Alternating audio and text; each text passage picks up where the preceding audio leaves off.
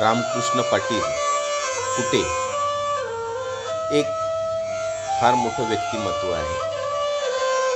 गाव पोटा, तालुका नांदुरा, जिल्हा बुलढाणा. आपल्या उजव्या बाजूला जे व्यक्ती व्हिडिओमध्ये दिसत आहेत, भिंतीकडनं उभे जे आहेत, ते आहेत रामकृष्ण पाटील. जलयुक्त शिवारा अंतर्गत त्यांना संपूर्ण बुलढाणा जिल्ह्यात जलमित्र म्हणून ओळखल्या जातो. रस्ता विकासामध्ये अनेक झाडं तोडल्या गेली, कापल्या गेली, ज्याची संख्या लाखोच्या घरामध्ये आहे. रामकृष्ण पाटील यांच्या गावापासून काही किलोमीटर अंतरावरच रस्ता रुंदीकरणामध्ये एक 10 वर्ष वयाचं हे जे वडाचं झाड आपण बघत आहात, ते किमान 10 वर्ष वयाचं होतं आणि हे तोडलं जाणार होतं रस्ता रुंदीकरणामध्ये. आणि रामकृष्ण पाटलांच्या हे लक्षात आलं आणि त्यांनी तिथले इंजिनियर्स, कॉन्ट्रॅक्टर त्यांना भेटले. त्यांच्याशी थोडा वादही झाला आणि त्यांना समजावून सांगून ते झाड त्या ठिकाणावरून JCBच्या साहाय्याने मुळांसकट काढलं गेलं. आणि ते झाड त्यांनी त्यांच्या गावातील लोकवर्गणीतून उभं झालेलं जे सभागृह आहे, त्या सभागृहाच्या ओपन पेसमध्ये, हे बघा असं काढून आणलं त्यांनी ट्रॅक्टरमध्ये JCBच्या साहाय्याने.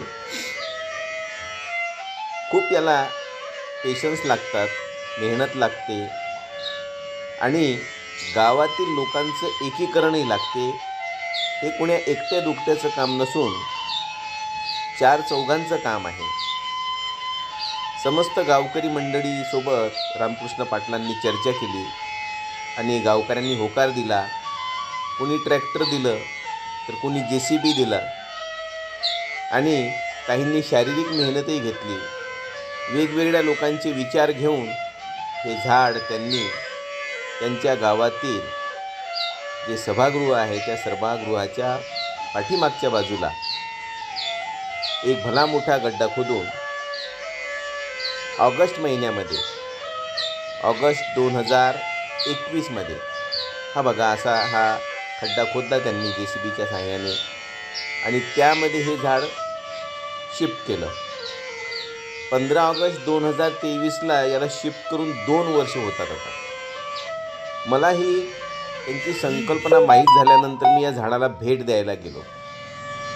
प्रत्यक्ष हे झाड बघितलं आणि तेव्हा याचा दुसरा वर्धापन दिन झालेला होता. जसं आपण एखादं मूल दत्तक घेतो, तशाच पद्धतीनं हे झाड रामकृष्ण पाटील आणि त्यांच्या गावकरी मंडळींनी दत्तक घेतल्यासारखंच, अशाच पद्धतीने जर संपूर्ण महाराष्ट्रातच नव्हे तर संपूर्ण भारतामध्ये रस्ता रुंदीकरणाच्या वेळेस शहीद होणारी जी झाडं होती, जी झाडं कापल्या गेली, ज्याच्यासाठी पर्यावरणवादी ओरडत होते, बोंबा मारत होते, त्यांनी जर अशाच पद्धतीने जर काम केलं असतं, त्यातील मी सुद्धा एक आहे. आणि बघा यामध्ये काय झालं की 1 रुपयाही खर्च लागला नाही. हे एकच झाड असल्यामुळे अशी अनेक झाडं कापल्या गेली, तोडल्या गेली आणि अनेक लोकांनी बोंबा मारल्या. TVवरून म्हणा, न्यूजपेपर म्हणून म्हणा, वेगवेगळ्या माध्यमातून ओरड करण्यात आली आणि ती ओरड फक्त आणि फक्त शासनाच्याकडे होती. परंतु माझा देश, माझी जबाबदारी, ही संकल्पना जर डोक्यात ठेवली तर हे झाड माझं आहे, हे गाव माझं आहे, हे पर्यावरण माझं आहे, हा निसर्ग माझा आहे, ही भावना जर आपण लक्षात ठेवली तर अशा पद्धतीने लाखो झाडांमधील शेकडो किंवा हजारो झाडं वाचली असती, ज्यांचं वय 10, 20 ते 50 वर्षापेक्षाही जास्त होतं. आणि या झाडांवरती अनेक असे पक्षी आहेत की ज्यांना हीच झाडं लागतात अधिवासासाठी, घरटे करण्यासाठी, अंडी घालण्यासाठी, त्यांचा परिवार वाढीस लागण्यासाठी त्यांना वड, पिंपळासारखीच झाडं लागतात. आणि भरपूर ऑक्सिजन देणारी ही झाडं आहेत. बघा, शिफ्ट झाल्यानंतर असा त्यांनी त्याला चौथरा केला सिमेंटचा, कारण की याच्या मुळा जमिनीत प्रसरण पावायला वेळ लागतो आणि जोराचा सोसाट्याचा वारा आला तर हे झाड कोलमडू शकते. हे सभागृह आहे त्यांचं, लोकवर्गणीचं. मी रामकृष्ण पांडुरंग पाटील, राहणार पोटा, तालुका नांदुरा, जिल्हा बुलढाणा. या ठिकाणी माझ्या मागच्या बाजूला जे झाड दिसतं आहे, या झाडाची एक आख्यायिकाच म्हटलं तरी चालेल.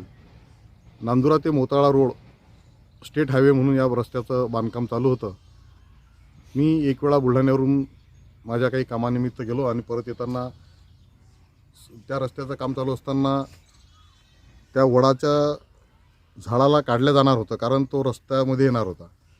मग मी त्या संबंधित यंत्रधारकाला ते झाड काढण्यासाठी थोडी विनंती केली की सध्या तू झाड काढू नको.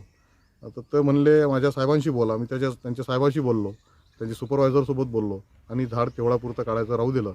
आणि मग त्या सुपरवायझर मला म्हटले की तुम्ही या झाडाचं काय करणार. तर मी म्हटलं हे झाड मी शिफ्ट करून नेणार. ते म्हणजे शिफ्ट होते का. म्हटलं हो, आम्ही प्रयत्न करणार आहे. आणि होते शिफ्ट. मग नंतर 2 महिने ते माझ्या विनंतीला मान देऊन त्यांनी संबंधित यंत्रणेचे अधिकारी माझे परिचित असल्यामुळे त्यांनी विनंती स्वीकारली आणि ते झाड काढायसाठी राहू दिलं. 20 ऑगस्टला श्रावणामध्ये झडी असताना ते झाड आम्ही एक ट्रॅक्टर घेऊन गेलो, JCB घेऊन गेलो आणि 8-10 आमचे स्वयंसेवक मंडळी घेऊन गेलो आणि ते झाड काढलं. तर ते झाड फक्त एवढं जे खोड होतं त्याचं, ते खोडच ट्रॅक्टरमध्ये मावलं, ट्रॉलीमध्ये. आणि या फांद्या वगैरे ज्या दिसतात, ह्या फांद्या सगळ्या ट्रॅक्टरच्या बाहेर होत्या.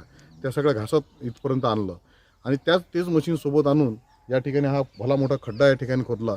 7 फूट ते झाड गाडलं आणि त्याला बाहेरची काळी माती टाकली. उरलेला मुरुम तो खड्ड्यात निघाला, त्याला चौफेर लावला आणि नंतर यावर्षी त्याला कळं बांधलं. 20 ऑगस्टला त्याला आता 2 वर्ष झाले. त्याचा वाढदिवस पण आम्ही साजरा केला आणि त्याला धार्मिक, आध्यात्मिक, सामाजिक, सांस्कृतिक, वैज्ञानिक एक संबंध असला पाहिजे आणि आहेच. त्या दृष्टीने त्याचं पंचवृक्षात रूपांतर केलं. वड, उंबर, पिंपळ आणि आंबा. असाच विचार जर भारत सरकारने किंवा महाराष्ट्र शासनाने केला असता आजच्या 5-6-10 वर्षापूर्वी, तर हे जे रस्ता विकासामध्ये ज्या झाडांची कत्तल झाली, लाखो झाडांची जी कत्तल झाली, तर अशा पद्धतीने ती झाडं वाचू शकली असते. हो, झाडं वाचू शकले असते. एका बाजूनं ते बोलण्यापुरतं ठीक आहे, पण या राज्य शासनाची आणि आपल्या देशाचे अर्थव्यवस्थेचा जर विचार केला तर ते आपल्या देशामध्ये आर्थिक त्याचा जो रेशो जर पाहिला, त्या रेशोमध्ये ते परवडण्याजोगं सध्या नाही. म्हणून तरी काही वडांची झाडं, काही मोठे दुर्मिळ झाडं शिफ्ट करण्याचा शासनाने प्रयत्न केलेला आहे. करता येते, संकल्पना खूप चांगली आहे आणि ते केलंही पाहिजे. पण आर्थिक दृष्ट्या रेशोच्या दृष्टिकोनातून ते परवडण्याजोगं नसल्यामुळे थोडं उदासीनता आहे. पण लोकाग्रह जर असला तर शासन निश्चित त्याच्यामध्ये तुमच्या संकल्पनेची दखल घेईल.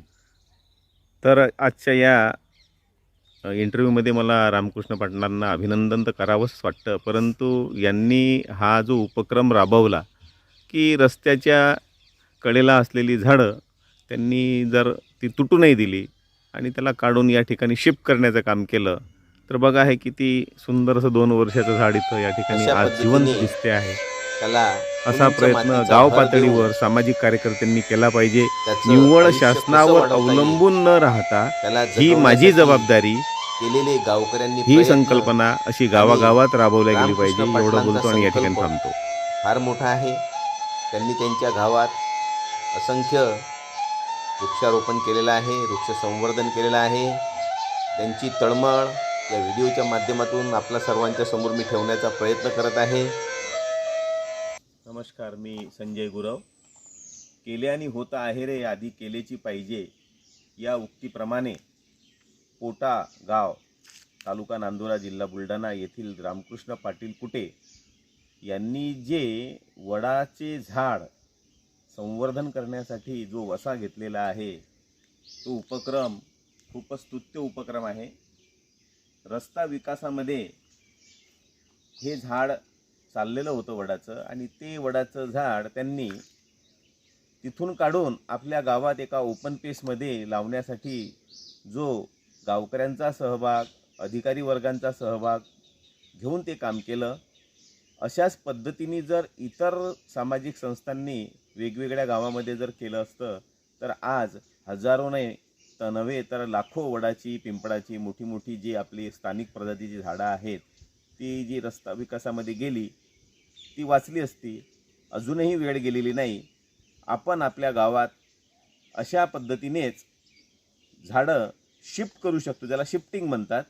तर ते जर आपण केलं तर नक्कीच मोठी जी झाडं आहेत, वड, पिंपळ, नीम, आंबा, तर अशी झाडं आपण रामकृष्ण पाटलांनी ज्या पद्धतीने काम केलं त्या पद्धतीने केलं तर कुरकुर करत बसण्यापेक्षा किंवा कोणाच्या नावाने ओरडत बसण्यापेक्षा किंवा शासनाच्या नावाने ओरडत बसण्यापेक्षा हे माझं काम आहे, ही माझी जबाबदारी आहे, मेरा देश मेरी जिम्मेदारी, या पद्धतीने आपण हे काम जर केलं तर नक्कीच झाडांचा संवर्धन झाल्याशिवाय राहणार नाही. धन्यवाद.